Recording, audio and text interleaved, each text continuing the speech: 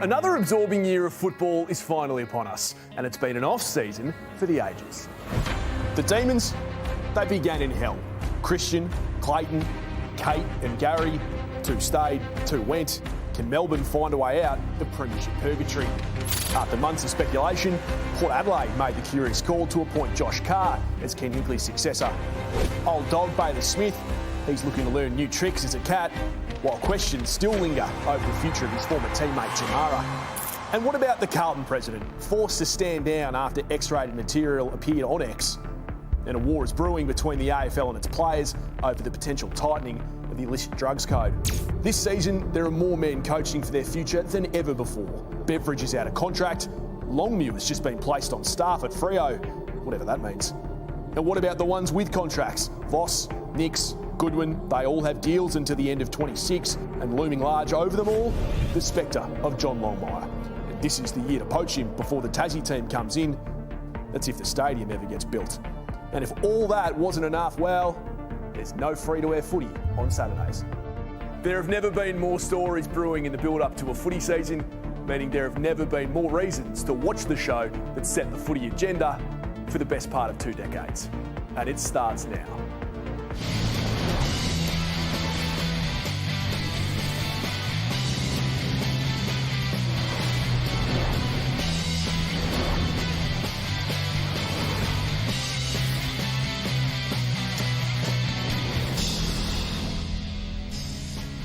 Good evening, everyone, and welcome to a new dawn on Footy Classified. We have Cyclone news that could affect the opening round soon. But first, let's get to our star-studded panel for 2025, which has assembled on this Monday evening. We start, of course, with one of the leading journalists in this country, the 2-time Alf Brown winner in Damien Barrett. Damo, welcome to you. Great to have you. The man who's won 3 premierships, a Brownlow medal and a Norm Smith medal, Jimmy Bartell. Evening, Sam. Jim, great to have you. And the 12-time leading goal kicker at the Essendon Football Club, the Bombers legend himself, Matthew Lord. Thank you. Lordo, great to have you. As I mentioned, we are going to get to Cyclone news shortly, but we have some developing news exclusive here on Footy Classified about Jamarra Ugle-Hagan and the Western Bulldogs. We can reveal to you tonight a couple of different things. One being is that he has trained fully for the last 3 weeks, really since the Indigenous All-Stars game in Perth. That is a positive, but it is more than just his physical conditioning that we can tell you tonight that he has to get past in order to be available for AFL selection. There are 3 key relationships that Jamarra Ugle-Hagan has to fix in order to be considered for selection again. One is with the coach, Luke Beveridge, another, the captain, Marcus Bontempelli, and another, a senior teammate and a man who he lived with for several months at the end of last season, that being Rory Lobb. Now, gentlemen, as we bring you in here, it is my strong belief, and having had confirmation about this from key members at the Western Bulldogs and at the Kennel today, this is much more than just a guy coming back that needs his own pre-season, that needs to come through the VFL, and all will be forgiven. Luke Beveridge, a couple of weeks ago, addressed his players and said that he would not risk selection integrity. He would not risk losing the trust, Damo, of some of his other players by bringing this guy back in too soon. Does some of this get back to losing the trust with the decision they made and he made as a coach last year to play him in the elimination final against Hawthorn, having, I believe, Sam, and I believe you got the same information too, internally there was a decision made that he wasn't going to be selected for reasons that relate to what he's going through personally, but also the behavioural component to that period of time frame? Yeah, I think all of that's correct, and potentially, everything's easier in hindsight. They wouldn't have played him in this game. He wasn't able to train, as you mentioned, Damo, who was dealing with some personal issues at the time. It's not just about this. I mean, look, he had 4 disposals. Was he the difference of them winning and losing that elimination final? Probably not, given, Jimmy, the way that they defended on the night. But this is much more than just about that. This is the way that he has conducted himself in the summer, in the off-season, the fact that he hasn't been able to train. We know it's a complex situation and there are several layers to this, Lordo. But you've been a captain, you've been a player in these circumstances. Trust within the playing group is a major thing. Oh, it's everything. And I'll never forget whenever, say, 8 draftees were drafted into your football club, I could tell within 2 to 3 weeks who had won my trust and who I thought, geez, I'm not sure how long they're going to last. Like the average AFL career is 3.5, 4 years. And so to hear you say Jamarra's put in 3 weeks of training, I laugh at that because I think to myself, how did Clayton Oliver go last year without a pre-season? He was awful. He was chasing his tail the whole year. Chase his tail, you get soft tissue injuries, you get injuries. So One thing is lack of conditioning, and the second thing is when you don't have the respect of the coaches and the players, like he didn't when he didn't have it when he first got to the club. How long did Luke Beveridge make him wait to play a game of football? A long, long time. So that's what I was going to ask him. You touched on it, and Lloydie's touching on it there. The spectre will be on Jamarra Ugle-Hagan in the VFL. So are they going to make him play 4 or 5 weeks before he comes back in? Absolutely. In regards to that selection, I guess, integrity? Yeah, there's no doubt about that. But as I mentioned off the top, it's even more than just, the playing and getting the form under his belt. Marcus Bontempelli went through a similar circumstance a year earlier with Bailey Smith going through his ACL reconstruction. A lot of Bulldogs people that I've spoken to talked about how the captain took a lot of his personal time to help Bailey get through some of his issues that he was dealing with. The captain has done the same again with Jamarra Ugle-Hagan, taking him to a gym, taking him to a PT, training with him off-site, trying to get this guy, back to where they all want him to be. And I think the captain has been left frustrated by some of the circumstances. It takes some doing to have Marcus Bontempelli lose his back, to lose Marcus Bontempelli's back. Yeah, and just on that for you, both of you, and Jimmy knows that, the problem in footy clubs is it's the one player who's taking everybody's energy, time, energy. So it might be the sports psychologist, it might be the fitness coach, it's the captain, it's the coach. And it's just it can only last so long. And if he wasn't the number 1 draft pick, he's probably gone by now. So he's got to realise that his career will be over within 2 or 3 years. So you think his talent has saved him to a degree? Oh, absolutely. It always does for these high-end players. But if he was somebody else, he may well have been out of the system. And the difficult thing here for Luke Beveridge, he's under the pump, but they need him playing for one of 2 reasons. They either need him playing to help Luke Beveridge win now, or they need him playing if the plan is to eventually move him on. Because you can't sit in the VFL and then expect maximum value at the trade table, if that is the plan. And then you look to the contract situation. 2026, he's contracted too. I fully believe the Brisbane Lions had earmarked him as one of many on a short list of candidates to replace Joe Danaher in 2026. Now, I know they're revisiting that as a club, if indeed he was on that short list. I know they're having reservations about all of that. So that, to your point, he's not playing till halfway through this year on the back of what you've revealed tonight, sir. And it hurts because you've gone through their injury list, Damo, in other forums the last few days with Treloar, Liam Jones, Bontempelli, Jamarra is fit. He should be fit and playing. But then on top of that, when you have all those injuries and then over the off-season you have these players leave because they wanted to leave or because you felt they were better off going somewhere else. So you're saying it's testing their depth without the likes of these? Absolutely. Like you look at this over the years, like they have hurt badly and you look at to lose 3 players of that ilk, yes, it's freed up a lot of salary cap room. But I look at guys like Caleb Poulter, Bramble, and even young Davidson, who hopefully will be a good player. He's a 24-year-old off the Richmond VFL.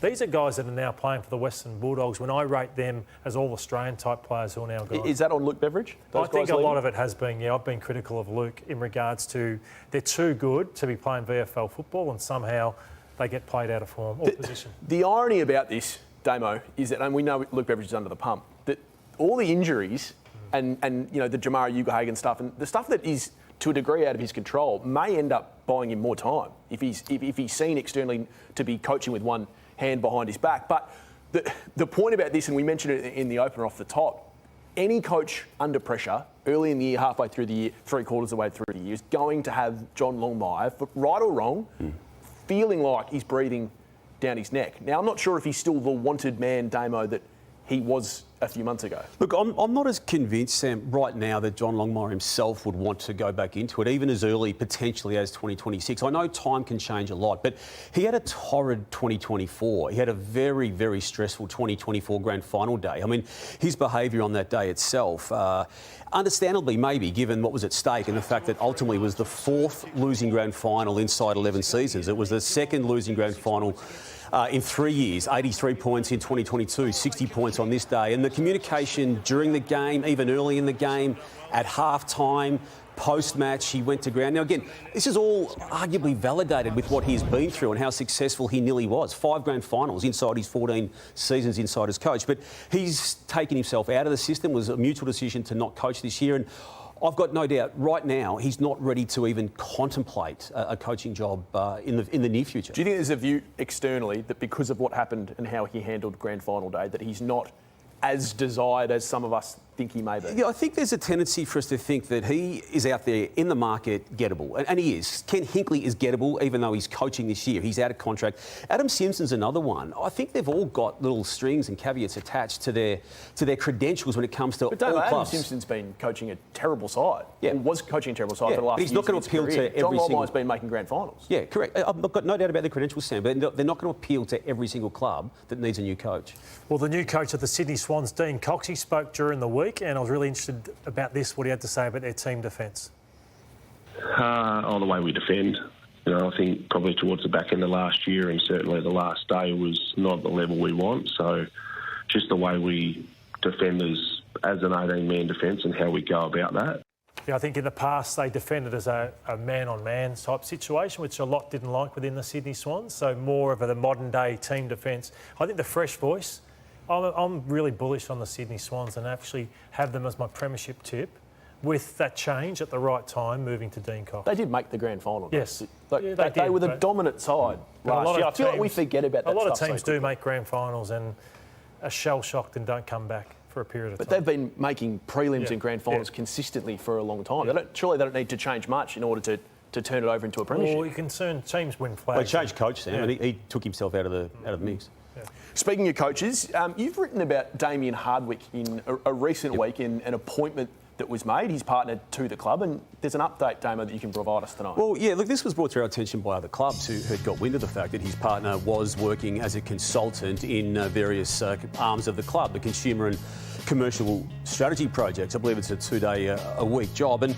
look, I just take the view of some clubs that are presenting this privately to me, that this is in the soft cap realms. And that's a phrase that Andrew Dillon, the chief executive of the AFL himself, used when he was addressing publicly the Chris Scott and Morris finance situation of some time ago. I just say that the employment of a partner, of a person who was either on a playing list or a coaching panel, that is the domain of the AFL integrity and AFL officers. And there was either no knowledge or, let's say, communications had been sparingly sent to the AFL when it came to this. And they are absolutely investigating it and looking into it on the back of clubs raising it. So the problem could be that she is paid a lot more than maybe was worth. That could potentially help Damien as coach of the club. At the very least of this, the optics are terrible, I feel. The AFL wasn't aware of it fully and across it. We know that what the AFL ruled when it came to the Chris Scott situation, and here we have the AFL-owned Gold Coast Suns with this situation. You've recently been on the board of a footy club. Are you surprised that the AFL didn't know about it? I'm surprised they didn't know about it. I thought it'd be part of protocol if you've got friends or family working the club. At least then it goes through the process of being checked off. And now it could be all above board, we don't know, but at least there's got to be some steps in place without other clubs questioning it. And I've been told too, Sam, and you know that there's a meeting and gathering of CEOs and presidents tomorrow in Sydney as part of the annual season launch process of the AFL, that it will be raised in those forums from other clubs. Just asking the question at the very least. That's a pretty significant story that you've raised tonight. The AFL are actually looking into it, and the fact that they didn't know about it initially, looking forward to hearing more on it. We need to hear more about Tropical Cyclone Alfred as well, because it does threaten to potentially even delay the start of the opening of the season. And Andrew Dillon, the chief executive, was asked about it in Sydney this afternoon. We'll continue to work with the Bureau and the Queensland Government about the forecast. It's already slightly changed in the last sort of 12 or 24 hours. So we're 3 days out from the game. We'll continue to work with the clubs, the broadcasters, but importantly, the Bureau and the Queensland Government on the game. There's no actual deadline. It's when we're absolutely 100% confident about what's going to happen, then we'll make the call then. I can understand Andrew Dillon's position on that today because the forecast had changed, and it was already changed again since this morning. But the timeline on this is pretty simple. They'll need to make their decision basically this time tomorrow night at the latest. Now, they may hold off on announcing that publicly until Wednesday morning when the full Geelong team and component goes to Brisbane. But I don't see why they can't make it a bit earlier than what they probably will. Just make it tomorrow morning, 8 o'clock. There's things called mobile phones and internet. We don't need to send letters or fax machines. It's pretty simple. It's a pretty serious situation up there. I don't know why we're messing around with it. Why not wait that bit longer? Because there's other people. There's people who fly up for the games that need to prepare for this. Their phone call should be to Virgin or who's their major sponsor or any of the other airlines going, if people have booked flights, can they get on the next one if we do it in round 3 or Sunday? There's people who book accommodation. There's the serious nature of family. And then if you go to the economics of it, Brisbane and all teams make most of their money off home games. So at least it gives them plenty. If the weather is horrible and people's houses are being threatened. Do you think they're thinking about getting along to a game of football? So why aren't they doing that then? Well, It's a great question. Give me a serious answer. What would that is a serious? Because I don't know why they're taking so long. Because it could change. Yeah, but I feel like he's getting it. Do the AFL care too much about their broadcasters and not enough about the other things? I just don't know why it takes so long. Your sole job is to run the game. We just put our phones down at 5 o'clock of an evening and 6 o'clock. Get on the phone tonight, make the call, 8 o'clock tomorrow morning, so everyone can plan around it. It can be moved to Sunday. You ring the broadcasters. Do you want to play this game Sunday? No. The talk on that will be that it will be in that round three period when they're both already currently scheduled to have buys. So it'll just be simply transferred. So as we sit here tonight, Damo, you don't think there'll be a game on Thursday? I don't see that. That's my opinion. I don't see there being a game on Thursday night in Brisbane. I think they should just call it now and just say we're playing or we're playing round 3. And then look ahead at the end of this season and say, is this working this round? Opening round? Opening you don't round. like it? Well, maybe we'll look at injuries to players. Are we rushing players too much? And do we lose the gravitas? I know you might not like this, Jimmy, because I understand from the clubs, but have we lost the gravitas of round 1 by starting it with the opening round like this? Okay, hot start on Footy Classified. When we come back, can the Demons put a hellish 2024 behind them? Bomber fans, they're hopeful of a rise up the ladder, but do their leaders agree? And the huge punt at Punt Road. Have the Tigers cut too deep?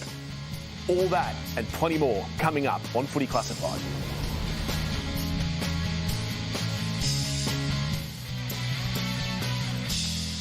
Good evening, welcome back to Footy Classified. We turn our attention to the Demons, who had obviously a difficult 2024. Brad Green came in as what was then the interim president. And gentlemen, some interesting comments that he made in newspaper interviews, both with the Herald Sun and The Age, over the last weekend. And this is the one that caught my eye. I'm going to say that the starting 4 at the first centre bounce next year will be Clayton Oliver, Christian Petrarca, Max Gawn and Jack Viney. Straight away, he got emotional. I could hear him crying. Interesting, Damo.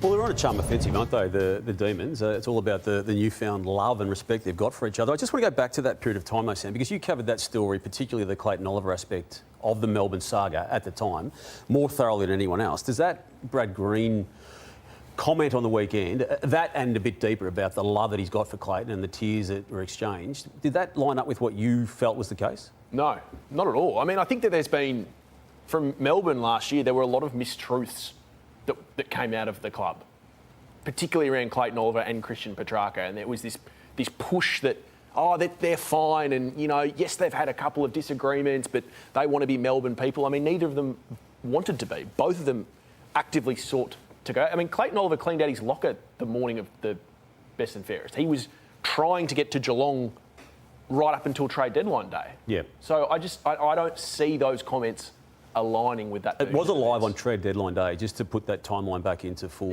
focus. Yeah. Yeah. It was. Yeah. Yep. So I'm not sure those two things and then align. But ultimately, it doesn't matter if they start performing. No, right? It doesn't. We'll all forget about it if they start winning. But they've now got what's now been already an 18 months, maybe even a 2-year saga of the Cozzy Pickett situation. And we know he's contracted long term, but we know that talk won't go away either.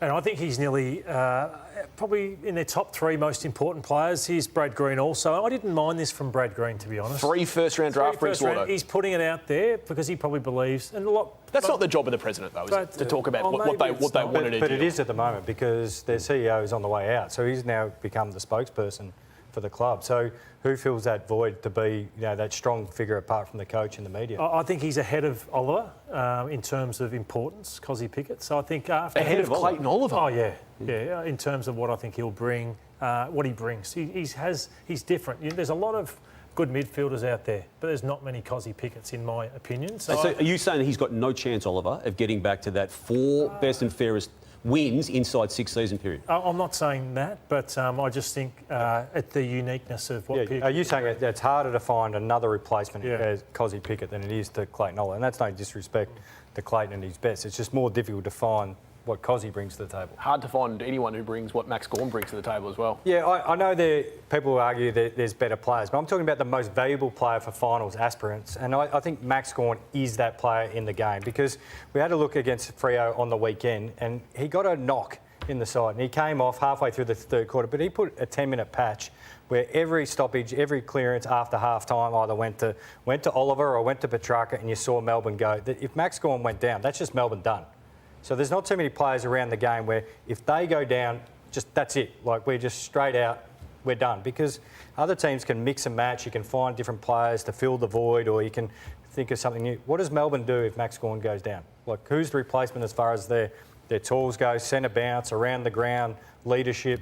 Maybe that's why Luke Jackson's popped up again. Is it? I think maybe that's it might have meant nothing. It might be going nowhere, but it's maybe why, if Cozzy Pickett goes, Melbourne think to themselves, well, let's get him back because of that question you're asking. What did you see from them on the weekend? What I saw is a team that has the most unbelievable midfield with what Gawn. They couldn't have done any more this midfield. They obliterated a star-studded Fremantle midfield. But, again, you can't bomb the ball from the halfway mark. And I'll say the first half, you just can't do. This is what they did last year. You don't launch the ball from behind the centre because it's too easy for opposition defences to pick apart. But then they got better. They started to run, carry the ball. But what they lack is anybody of note. So Bailey Fritsch has been a very good player for Melbourne, but he's a number 3 forward. He's a lead-up, hit-up. They just don't have anybody of any presence down there. So Van Rooyen, to me, is not going to be the player everyone first hoped he would be. Why not? I think he's a good player, but he's not going to be a great player. Why not? Because he's not good enough at ground level. So if he doesn't mark it, he's not good enough. So then you fall to this. Ben Brown retired, Van Rooyen, Turner, Johnson, and I've got Petrarca in there because they're going to ask Christian again to have to play 50% forward, which then takes away asking for Langdon to play in the midfield. So I think they've got a few too many holes maybe to challenge. I'm baffled about their list build the last few years. You've been banging on about their forward problems since 2022, the start of. And here we are in 2025. And look, they're not even getting linked to... Well, in the defence, forwards. they had Dan Houston on the hook until Christian Petrarca wanted to walk out, if you recall. Dan Houston doesn't play full forward. I know that, but you said they don't link to anyone. They did have him... No, linked to any goal-kicking forwards, though, Dan. Yeah, I get that. But the whole Christian Petrarca wanting to get out himself, that didn't help the landscape. But couldn't they have gotten on the front foot and tried to turn that into, well, how do we make that Harry Mackay? How do we make that Ben or Max King? How do we do that? They were in damage control, weren't they, at that stage, just trying to hold on to who they had. Speaking of damage control, the Bombers know all about that the last few years. It's been a long time since they've been up towards the pointy end of the ladder. Bombers fans have been through a lot of pain, and it sounds like expectations are being tempered. Brad has brought discipline to this club and has elevated our standards. If you don't prepare properly, don't give your all on match day, conduct yourself as a professional athlete on and off the field, I don't think you'll be here long. It was David Barham at the Crichton Medal, the best and fairest. And then this from The Age, from Brad Scott in recent days, said the team focus had been on leadership, culture and development, but would not be tied to a prediction. They would achieve this year despite sharing the goal of playing finals with 16 or 17 clubs. Does that sound to you, Lordo, about right? Just on that, it's come out a few times around Brad Scott, Dave Barham about the behaviours. It's interesting that Jake Stringer's no longer at the club, so they're still don't seem like they're happy with where they've got to, even though Brad's been at the club for 2 years. But I just think, as I said, I've always been critical of the tempering the expectations, because you look at Hawthorn, it can happen very, very quickly. But if you talk about that it's not your time for it, players start believing it, everyone starts hearing it, and you're never close. So I just think 11 have wins... good players, though. 11, I know, but you wouldn't have said that. No one thought Hawthorn had good players a few years ago. No, we did. No. We knew they had Warple and they had Day, and then they get Newcombe. We know they had Mitch Lewis. After winning a best and fairest. So I think they won 11 games 2 years ago under Brad, 11 games last year. I think 12 or 13 wins. This year? There's no reason why they can't. I completely disagree. I think their list is a disaster. I'd be surprised if they finish outside the bottom 4. I disagree with that. Bottom 4? Well, who's going to kick their goals? It's not as though that they were a scoring machine and they just lost 42 goals from Jake Stringer. Langford and Wright. Peter Wright, go 50 okay. Langford, Caddy, Kako. Peter Wright did it once, and Kako hasn't played a game. Yeah. And Caddy's in his second year. I know, but I think if you get top-end players in the top 50, that's the reason they should, Sam, is because Reid, Perkins, Cox, there's enough top 15 talent there.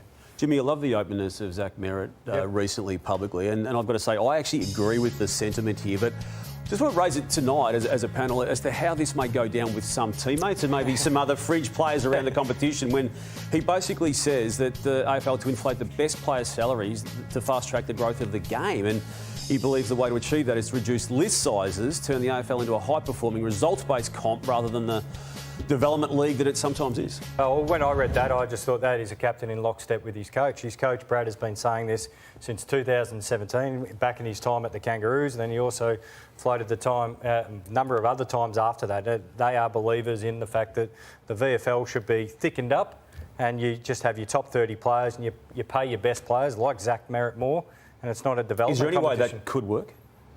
Because the Players Association won't allow it to. I think we're pretty good at the list sizes we've got. It allows you flexibility. You can bring players in who are a bit more development in an elite environment. I think about the list size we've got is pretty good. And we're getting closer to a $2 million player anyway, aren't we? Yeah. Oh, I think the next deal that Harley Reid or Nick Dacos or even Harry Sheasel signs could be upwards of $2 million, sure. But you are getting mid-tier players getting, even this year, 800.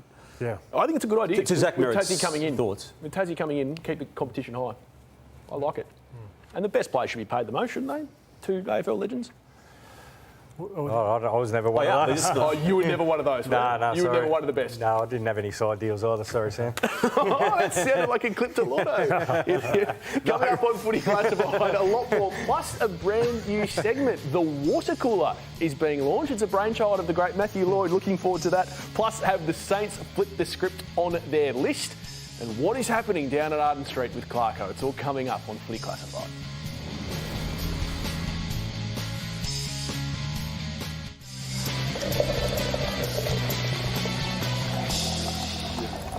Welcome back to Footy Classified. Time for a brand new segment, The Water Cooler, where we tell you the exact topic that you should be talking about around the water cooler. And Matthew Lloyd, I put it to you. You had a Richmond great, a legend, ask you a pertinent question over the weekend about how many, if any, games the Tigers will win. Yeah, randomly bumped into someone and he asked me, Matthew, will we win a game this year? And it had me thinking about Richmond and where they stand, Damo, and where they sit compared to the expansion clubs when they first started heading into 2025. Just how doom and gloom this season could be for Richmond. Well, I feel they are as least prepared a team to win a game of footy as GWS was in 2012. They won 2 games that year. Now, don't forget, this team, Richmond itself, won 2 games last year with quite an experienced list. And they chose then to offload a couple of players in contract in Bolton and Rioli. Baker and Graham have also gone, and they've now left themselves with a raft of draft picks, which have been celebrated. And I get the strategy, I understand it. This is a long-term play, but it flies in the face of what Brendan Gale said some years ago, 2021. This is the year after they won the third of their 4 flags. And also Adam Uze, going back to the very first day he was appointed as coach of Richmond, what he thought he was entering by way of being a coach. We want to be a strong and bold premiership club, and a club that's in a position to contend for finals and ultimately grand finals. And if I'm going to pick one example, Geelong finding a way to compete, to manage their list, manage their club off the field, to give themselves a chance to compete for grand finals. We're not going to put a ceiling on where we could finish, so I get huge upside on watching what other teams have done. Like GWS have gone from the bottom half of the ladder and playing in a prelim tonight. So not to say that that's what we're going to do, but that's what we're going to strive to do. So I want our players walking into the footy club thinking that they can make the top 4 next year. And Lordy, as we debate this, and as you answer the question of that club great, I feel for Adam Uze in all of this because he was appointed under a different set of circumstances. I know he's a big boy and he can work it out and things change and people leave and decisions and promises made aren't kept. I get all of that. But ultimately, the team that he's taking into 2025 is not the one he thought he was getting, given that they had only, just a year earlier, recruited Taranto and Hopper to the club. Yeah, but I'll throw it back to you guys, though. Would you take it? 3 flags to hit rock bottom in this sense, and I think most people would. That you just go, you know what, we are a mess. It's going to be a mess for a number of years. But but to Brendan Gale's point, in 2021, the aim was not to be there. Yeah, but the landscape. I think we're missing some of the landscape has changed, so the plan had to change. The coach left. He couldn't cook any more sausages different ways, so that happened. Then Tassie became not only a pipe dream, but became a reality pretty quickly. And Adam Uze came in and respecting the past, and I admire that. And he's had a crack at it, but then they've realised Tassie is actually here. We're starting at a date that, it's better to bottom out and try and restart. Yeah, they're going to cop some serious pain, But 2 wins, 4 wins, is there a big difference for them in the long run whether they win 4 or 2? So, Jim, can I ask you then, would you rather be Richmond right now than a St Kilda or an Essendon then? Where you've already bottomed out before Tasmania and you've already hit the draft hard? Yeah, I like what Richmond's done, and I was a big advocate when this was looking to play out, and the fact that we spoke about as the year got on last year that a number of those players were going to head west and they were going to cash in. So, yeah, I do like it. I think St Kilda's young list, I know that's another thing, is a little bit better than we think, but I'd rather be where they are at the moment. But just back on that, which senior players are left at Richmond to help that crop come through? Because it happened at North Melbourne. I mean, Ben Mackay played 71 matches of football and won 8 games. So I raise that. Paul Curtis has won, I think, 7 of 59. You can lose an era of football as you go down this path. You can, but there's some great examples of once you get the off-field appointments well. So this is what Adam Uza has to do, just as importantly as the on-field stuff, is who's around him. So the development. So Melbourne started to pick up once they actually got the development right, because previously, they kept throwing good players in, good players. North Melbourne will get better if they throw a lot of good people at the development, because there's no point just getting good picks and not developing them. As a football director, though, like, what are you saying about Adam Uze? Say if Uze, he won 2 games last year, he might win one this year. I want to see what does he have to show? He has to show me what it looks like. Now, they'll get beaten, but if I'm going there, I want to see, is he trying to move the ball quick? Is he going to double down on defence? Is he playing zone defence and they're getting beaten by decision-making? You'd rather them getting beaten by decision-making and experience, not on game plan. So that's up to the people around Adam Uze, and he's got to be surrounded by really good people. Damo made the comparison of North Melbourne. They've cut deep as well. They've won 15 games in the last 5 seasons. Now, guys, I know it was only pre-season on the weekend against West Coast, but I think their coach Alistair Clarkson have to go into 2025 under some form of pressure. They had 12 of the top 15 ball winners on the weekend. They had 6 top 10 draft picks playing against a side that no one thinks is going to trouble many people. Oscar Allen, their main goal kicker, wasn't playing. And I say that because they are telling us that they've got the group. This is what their national recruiter had to say on the night of draft night 1. We've got enough kids in now. We've hit the trade period and got some mature boys in. So, yeah, it's time to get moving. Will then was asked why they traded their future first pick, which could be a top 5 pick, for a deal with Richmond on draft night 1. And yet I'm not positive that I see it with North. So you're telling us we've got enough kids. But do they, Damo? Well, Sam, when you talk about when the pressure comes on, it has to be coming on in round 1 when they play the Western Bulldogs, who will go into that game with 7 players out of their best 18 or best 23. So there's no more time or scope for these nice losses that they accumulated last year and the goodwill they seem to get out of challenging some teams. And I'm partially with you on that West Coast practice match loss. I never, as a rule, read anything into an outcome of a practice match. But for the context of where North is at, playing West Coast, in that situation, they still couldn't get the job done. You've got to start the process somewhere, and it's not started yet. But they're telling us that they've got enough kids and it's time to start winning games, and yet they're selling home games. Those two things cannot live in parallel. Yeah, but those games are already in Tasmania anyway, so they've got the same amount of games, and everyone's asking what's their plan. One's a home game and the other one's not. Yeah, but they need a plan because they're out of Tassie. They've got to start planning for being out of Tasmania. I understand that, but their priority can't be money at the moment. Their priority has to be winning games. They've averaged 3 wins a season for 5 years. I don't think it matters where they play these games. No, but it does now because they're telling us that they're about to get better. They've got to keep Luke Davies-Uniacke so that they don't lose. They said that under Reece Shaw players. and David Noble and Alistair Clarkson. It's not as if they don't keep saying that. But I'm with you. I don't see it. But they need to start validating what they've been saying and what they've got on their list. I just think it's imperative that wins become a priority, as they are for the likes of St Kilda. Ross Lyon going into 2025, and particularly with the way that they were decimated on the weekend, not just by Port Adelaide, but by injury. Yeah, and to me that was Richmond's loss was bad to Collingwood in a pre-season game, but this one was the worst loss I've seen of the whole pre-season. St Kilda, the way they played, yes, they had Rowan Marshall, Sinclair, King, Owens gets injured, so there were a number out, but they were exposed to a point where had me thinking this is a bottom 4 club with the way they're playing, which is a long way from when they would have said, Ross, come and finish off this job for us, take us to where Brett Ratton couldn't, and make us a premiership side, which is a long from where they are right now. Brett Ratton took them to a final series, won a final, was recontracted and didn't even get to serve 1 match of the new contracting. And then the rationale behind removing him, Andrew Bassett at the time. The reality is we think our list is capable of more than we've shown. Simon talked about some of the inconsistency. At best, we're a pretty good team. And then that moves on to February 23, 2025 in Ross Lyon in the Age, where he basically is, again, validating where they're at. You should do what Richmond did, is what people are telling him to do, and rebuild. I say 20 players are gone and we're now the 5th youngest list. Do the work. They're massive on telling us they're a young footy club. And yet that wasn't the reason they moved on Brett Ratten. So has he come in and changed the club's mind, do you think, Ross Lyon? Absolutely has, yeah. I mean, he runs that footy club and everyone bows to him. And rightly so. They got him out of retirement, effectively, to do that. But it's a different language and narrative to what it was when they got him. Ken Hinkley and Josh Carr. History would tell us that succession plans don't work. Can this one? Some have worked. Obviously, when you look at the Sydney Swans, of course, when Paul Roos handed over there to John Longmire. That's one that's worked, yeah. And then the Melbourne one worked too. Roos and the good one worked. I think Ken will make it work, and this is just a bit of personal knowledge. He's stubborn enough to try and prove everyone wrong that he can do it. And I think it's important for him to do it well, and he'll be thinking that because you can leave a legacy. He doesn't want to unwind his legacy he's got there at Port Adelaide. I know he hasn't got them to a grand final, but he's got them to a lot of finals, and he can leave with plenty of goodwill as well. And it can help you set up your next job if you do it with class. And I think he'll be thinking along those lines, and he'll be trying to set up Josh Carr really well. My opinion is Roosie liked getting in and doing it for a period and looked forward, I think, to handing over to the next person. Like he knew... It's a different situation. Yeah, whereas I think this is all good at the moment, which it needs to be, but once you start losing some games and people start going, who's our coach? Like, is it Carr? Is it Ken Hinkley?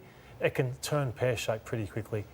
What I do like about it, and maybe it's a different point to what you both made, but the respect element to Ken Hinkley was really shining through in that announcement, and I think the care they've got for him, I think it's a really important part of it. Yeah. I think you either back him or you don't.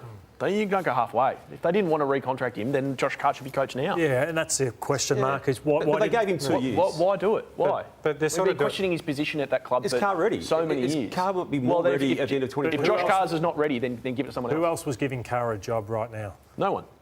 So that's the reason we could have held off a bit longer. Yeah, it's not like the Collingwood-Hawthorn situation where Collingwood were going to give Sam Mitchell the job and they had to push Clarko out. We say they don't work. I mean, but the Buckley-Moldhouse one, Buckley made a prelim final the next year with everything that went wrong and made the finals the year after that. Then won a grand final. Long term. Lost a grand final by kick 6 years after that. So it's not as if it was a complete bomb. They found the right man. It just didn't work in the public narrative around it. Sticking in South Australia, do any of us expect anything from the Crows this year? I'm dubious. I'm really dubious. They talk a game and they don't deliver. Jim? They've got to improve significantly, but I've just got better sides in front of them for the 8 at the moment. I'm the same. Okay, no one expecting it. Neither from me as well. I don't think they'll play finals. Much more coming up on Footy Classified, including a revamped good call, bad call.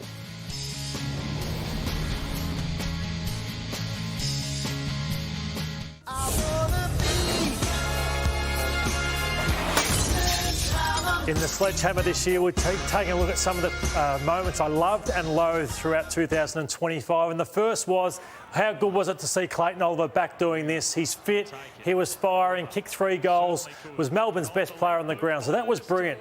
But you want to see the two-way player, Clayton Oliver, and that's what the best midfielders do. So here's Clayton Oliver. He's heading over to pick up Shea Bolton. But this isn't conditional from Clayton Oliver because...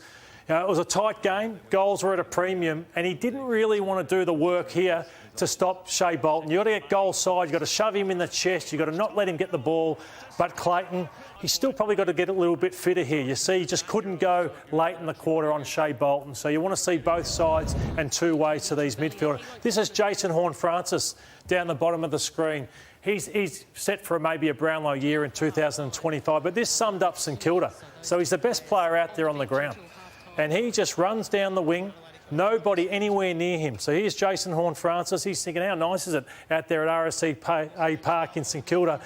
No one went near him, not any player near him. Mason Wood sees him, the St Kilda number 32 here, who charges in, but didn't want to touch him, didn't want to go near him.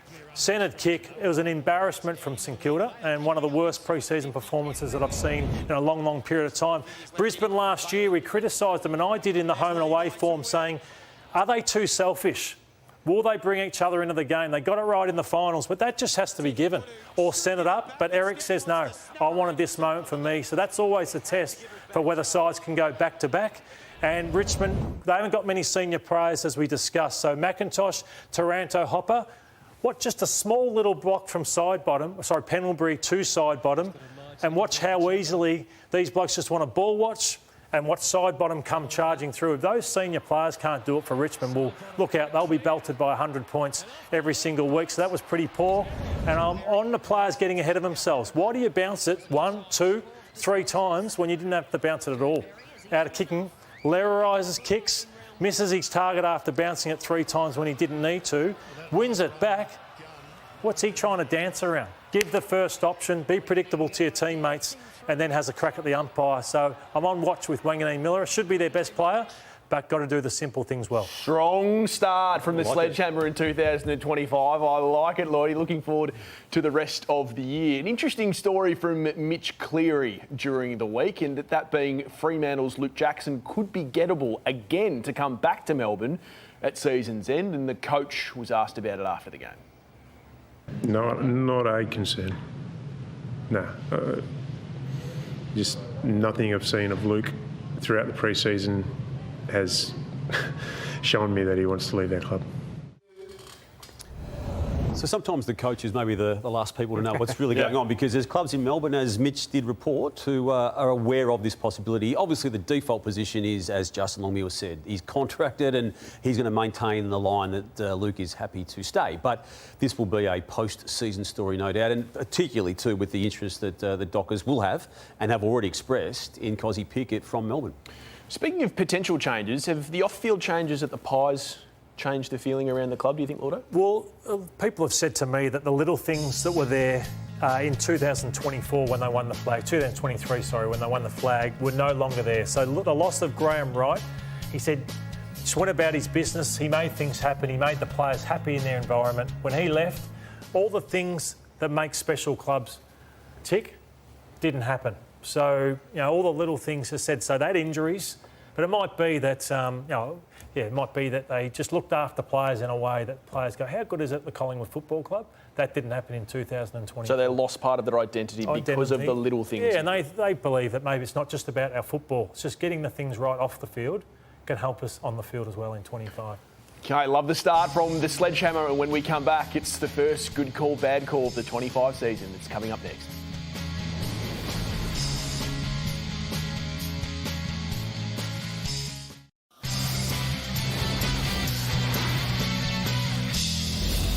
Yes, welcome back. And the new ball for the first season back is Jimmy Bartell. Jimmy, Stephen Coniglio is no guarantee to be in the Giants starting at 22 this year. Good call, bad call? Bad call. The depth in the Giants midfield isn't as deep as we think, because we see Tom Green is going out, so they need all those experienced players hands on deck, but I imagine he won't be playing full midfield minutes. He'll be in some other positions. This one's to you, Sam. Carlton's rising injury toll has taken a lot of pressure off Michael Voss.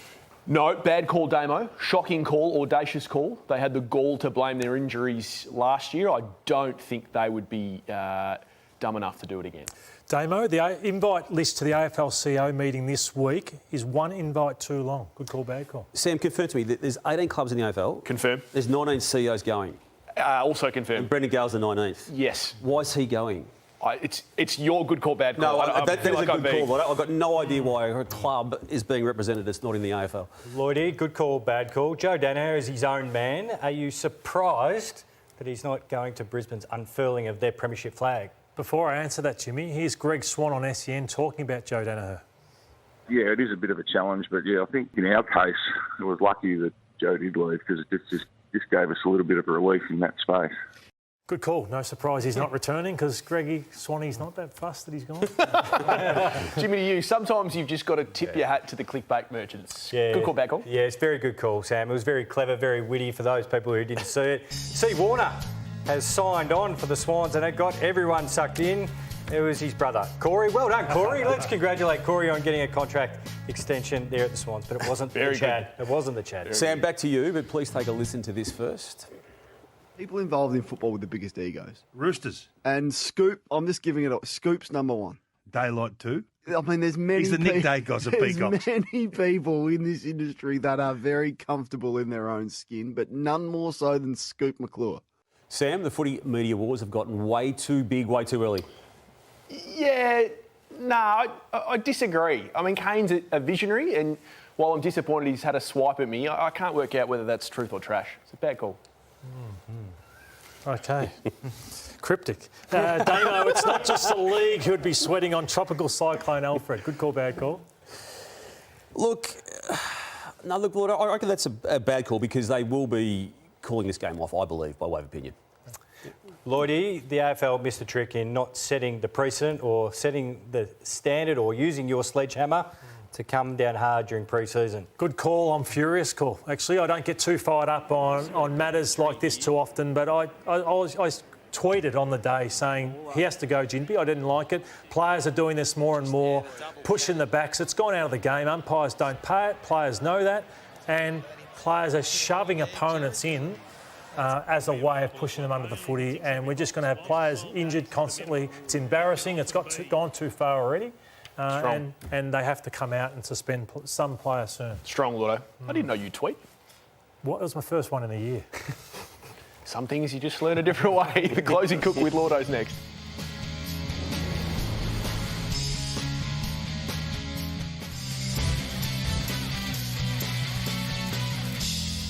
It's a cook tonight for the lonely life of defenders. They don't get any Brownlow votes, they don't get any love, and they don't get any love from their teammates either. Here's Jake Lever over the weekend. It was one of the great spoils, so we see Jake Lever. He's fisted that. How far? That's 35 metres. He gets one high five from someone, and then he's going to look for more. He's had to slap himself. So I felt sorry for him, and I thought, you'd rather be a glamour forward, wouldn't you? Because, you know, you get the love. You're not. And you put bums on seats. You're not. And No. like, this is how far I feel sorry for him. Like, so they're coming from everywhere. Like, and it wasn't just, they just kept coming. Like, poor Jake Lever's, like, he's thinking, why doesn't that happen for my 50th or 100th spoil? And he wanted a high five. And I'm even high-fiving mates from back in my junior days at Avondale Heights Football Club. So, Jake, maybe you should have become a forward and not a key defender. Wow. I'm flabbergasted by that. I've known you for 10 years. I've known you for 10 years. I'm not sure I've seen a more shameless self-promotion. Well, Michael Roberts is still recovering from last year's. I'm not even upset. I'm impressed. It's so good. Okay, thank you for joining us on the Monday edition of Footy Classified. Please remember, tomorrow night at 10:10, it is the brand new Tuesday night show. Eddie Maguire, James Hird, Rory Sloane, and the best newsbreaker in the business, Tom Morris. 10:10 tomorrow night, right here on 9. The Sunday Footy Show starts this Sunday. Whatever you need, we've got you covered right here on 9's Wide World of Sports. Good night, everyone.